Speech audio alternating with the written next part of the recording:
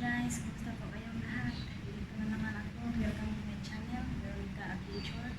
Unang-una nagpasalamat ako sa lahat ng mga nag-subscribe sa akin. 1,000 na tayo guys, thank you so much sa inyong pag-subscribe sa akin. At sa mga nag-subscribe pa, thank you so much. I really appreciate it guys sa inyong lahat. At ngayon, punta ako sa orchard, mayroon kami visit. Today is Sunday, so mayroon kaming pastor galing sa Cambodia na missionaries. So mamaya kasama namin sila sa pag-witness. So see you guys, dalawa doon mamaya. See you. So dito kami ngayon guys, nagsuot kami ng surgical mask para sa coronavirus ngayon. So yan mga friend ko. Ano muna namin tanggalin, wala pa naman crowded, hindi pa crowded. Mamaya na sa laki. Mamaya na lang sa laki, So yan lang. Tingnan mo ang vlog ko ha sa Veronica Adventure. I-search mo lang sa YouTube, diyan yan. Doon ka na, makikita ka doon. So, yan guys, see you later sa Lucky kasi may pastor galing sa Cambodia, ikasama namin missionary. So, saan ka magsimba? sa din, sa IBC din, pero dadaan muna kasi doon. Sa IBC ka rin? Dadaan muna. So, yan na, na natin, marami natin nasa lubong. Oo. Hindi man, kahapon may nagdala ng luggage na galing sa so, hindi ako Ang cute niya. So, dito. Double L yun. Nag-picture pa tayo? Hindi, nagbibideo lang ako. Yan sila, mga kasama. Hi! We are here! Yan sila sa plaza para mag-share. Witnessing Pastor from Cambodia. Erika, ayun ang aking pamilya. Okay. So guys, tapos na po kami nag-share. Mga kasama namin. Papunta na kami guys sa church.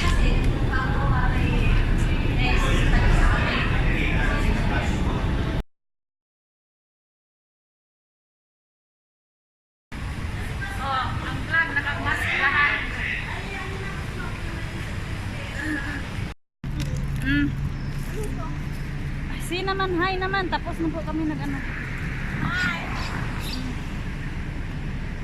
Puting-puti oh. Grabe naman yung ang puti yung mukha ko. Why I'm so pretty there?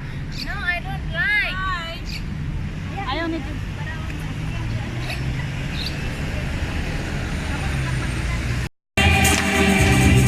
Blessed be the name of the Lord. Blessed be your glory. Sometimes it could be a picture. It already gives us information. It could be a letter, it could be a word, a sentence, or a phrase. And it could be big, like a billboard. It could be like a big sign. It could be directions on a highway. It could be like a picture on the door to let us know which bathroom we should be going into. So these signs, these information are called signs. And signs are very important to our day-to-day lives. We depend on it. Okay? A lot of these information used to be on newspapers, larger format. Now we can look at this information even from our phones. These information are very important to us because sometimes this type of information can actually save our life. I want to bring you guys back. This is about over 20 years back, 22 years back. This was in 1997. Okay, this was our first time to go to Cambodia as a family. This was after my dad did his survey. And you could be walking around, you might not see a lot of signs just like you see here. There's not a lot of screens, not a lot of buildings. You'll probably see some rice fields, some pine trees, and palm trees. And then you could be walking down this field and eventually you're gonna run into a fence. Okay? And this fence, we weren't sure what it was for, but it stretched all the way over there and all the way over there, and it was not letting us through. Eventually, as you keep walking along this fence, you're gonna see a sign. And back then, we didn't speak the language yet, so whatever was written on there, we didn't understand. But right on there was a picture. And we saw this picture, it was of a skull and some bones. We realized later on what this picture meant. it meant danger, landmines. So it was keeping us from going past that line because there were landmines. Cambodia was very devastated in the past century because of 3 specific wars. There was the Vietnam War, the Civil War, and then another civil war similar to that as well. And there were 3 different groups who planted landmines. Up to this day, Cambodia is still not landmine free. It's safe to go around, yes, it's okay now, but it's still not 100% gone. So what I mean to say is these signs can save our lives. It's not just information that can help us get somewhere easier. It's not just convenience. It's about safety. Okay? I want to go back a year before that in 1996. And this was when my dad came back from Cambodia, from his first trip there.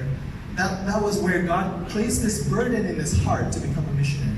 He was standing right in the killing fields, and if you've heard this message before, he's shared the story so many times. When he was standing in the killing fields and the rain started to pour, in the middle of this mass graves, the water started washing down the topsoil and the bones started coming out of the ground. And right then and there, my dad decided he was going to come back to Cambodia as a missionary. And so he was excited, he came back to the Philippines, he told everybody he was going to be a missionary. Except for one person. There was one person that wasn't happy about that idea. It was my mom. And she's right here. So she wasn't very excited that we were going to Cambodia at the time. But my dad kept praying for her. My dad was already decided, his mind did not change about that, but he kept praying for her. Along with, one of the things he brought back with him was a little book about Cambodia. And it was a land of charm and tragedy. And my dad, this is my dad's story, but I'm gonna use it today, with or without his permission. Can I? Okay, fine. So he has this book with him, and then it was about the history of Cambodia. And obviously, my mom did not like the idea of going to Cambodia, so my dad tried to avoid reading it in front of her. So the safest place my dad could read that book was inside the toilet. So he'd go inside the toilet, he'd sit down. And this was sometime in the evening. He'd open the book. As he would start reading, this was in the evening, so the lights were on. What happened to me? You're probably wondering that. But the thing is, we're still in this world. And in this world, it's not supposed to be easy. This world is not our home.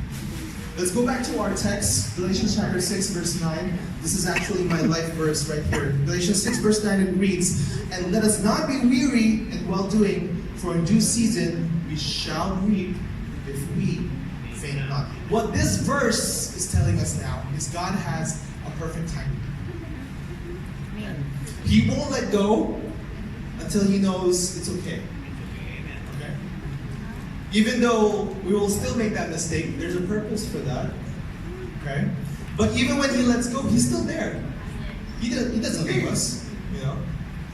He's still there watching over us. And then if we ever fall, he'll pick us right back up. 2 Corinthians chapter 12, verse 9, it reads, "And he said unto me, My grace is sufficient for thee, for my strength is made perfect in weakness. Most gladly, therefore, will I rather glory in my infirmities, that the power of Christ may rest upon me." So he gives us exactly what we need. It's not always what we want, but it's what we need. I like the verse here. It says, "Most gladly, therefore, will I rather glory in my infirmities." This is basically what it's saying. It's better for me not to have everything, so that I will continue to trust in God. Okay? What was the verse? Beatitudes. Blessed are the poor in spirit. But even that applies to everything else as well. Because the more poor we are, the more we realize that we need to trust God. Because the thing is, we were probably always looking at, why is that person more blessed than I am? Why does that person have this? I don't have that. But what you're not seeing is you don't know what problems they have. They don't know what problems you have. Because the thing is, it's an even greater responsibility when we're blessed with more things. Don't you think? It's more work. Okay, when we go back to the parable of the talents, one person had 5, 5 more. One person had 2, he invested got 2 more. The person who had 1, he didn't even try, and God took that away from him. But what we're missing from this story is, what about the person with 10 talents? Imagine how much work he has to put in. Imagine how much he has to do to double that. Okay? God. This is yours.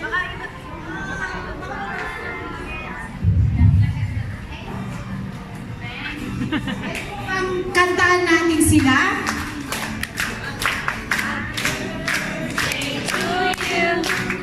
Happy birthday To you.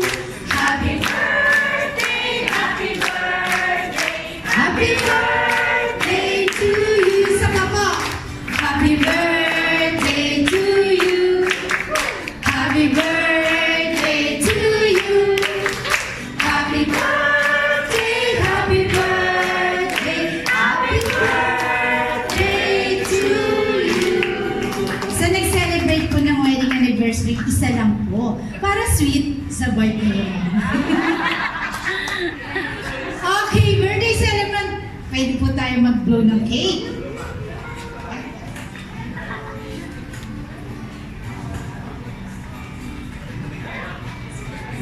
Pwede pong hingin natin si Pastor Hyman to pray for the birthday celebrant. Pastor Hyman.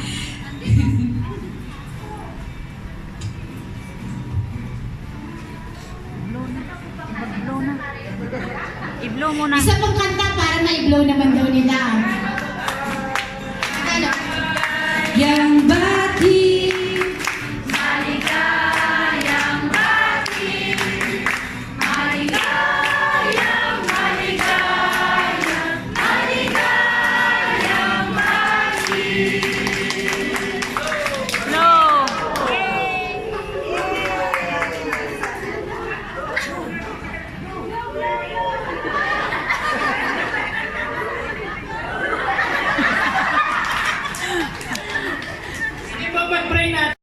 Pang tatlong katao yan. Keyboard na. Ano yan? Ate mo na, paano gamitin yan? Iti-demo yan. Ano?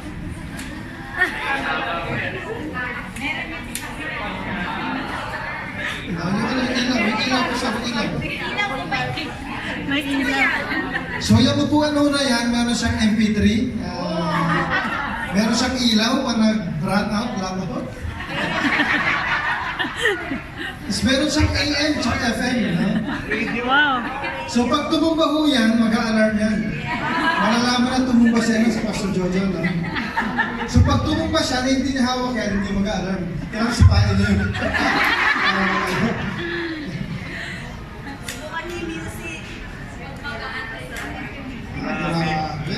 From the top. May flashlight talaga? Ay, flashlight yan. Hindi pa mag... So pag binuksan niyo yung libro, Pastor, biglang mamamatay ilaw.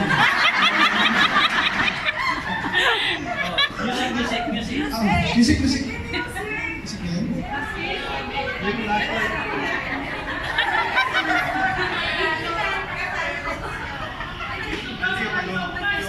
So yung music niya ho, instrumental.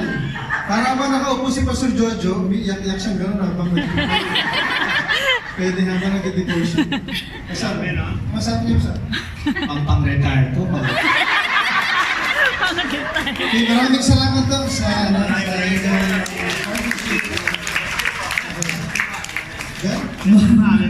Maraming salamat, Pastor.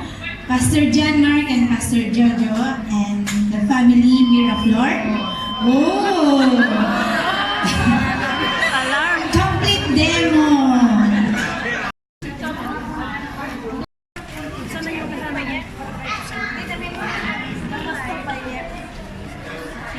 Wow, kutsinta! Cinta po, cinta. So, katapos lang guys ang aming Ladies Fellowship. So, thank you guys for watching. Please like and subscribe sa channel ko. Bye-bye. God bless.